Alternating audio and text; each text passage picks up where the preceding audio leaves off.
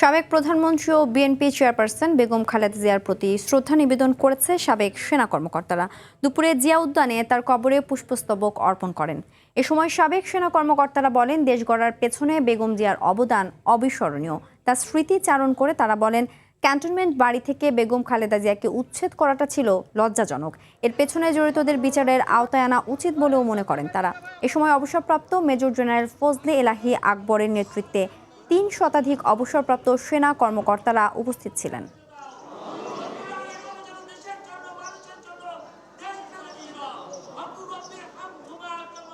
আল্লাহ পাক ওনাকে জান্নাতুল ফেরদৌস কবুল করুন, আমিন আমিন আমিন। আপনারা সবাই তার জন্য দোয়া করবেন। ওনার সঙ্গে আর অনেক স্মৃতি, অনেক কথা, আপনারা দোয়া করবেন যাতে আমি তাকে সম্মান জানিয়ে বাকি জীবনটা কাটাতে পারি।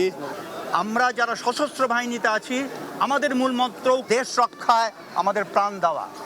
ওনার কাছে আমরা যেই প্রেরণা পেয়েছি, যেই সাহস পেয়েছি, সেই সাহস নিয়েই আমরা বলতে চাই, আমরা এখানে যারা সশস্ত্র বাহিনীর রিটায়ার্ড অফিসার আছি, এখন বর্তমান চেয়ারম্যান তারেক রহমানকে আমরা সেই কার্যক্রমে আমরা ওনাকে সহায়তা করতে চাই দেশ গড়ার।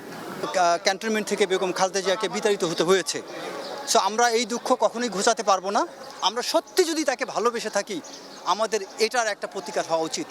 প্রতিটা কুলাঙ্গারকে আমরা চিহ্নিত করে, ক্ষমা করবে না করবে সেটা পরের ব্যাপার, চিহ্নিত করা জরুরি যে এরা বেগম খালেদা জিয়াকে উচ্ছেদ কাজে এরা উস্কানি দিয়েছিল, এর সাথে সম্পৃক্ত ছিল, এরা জড়িত ছিল।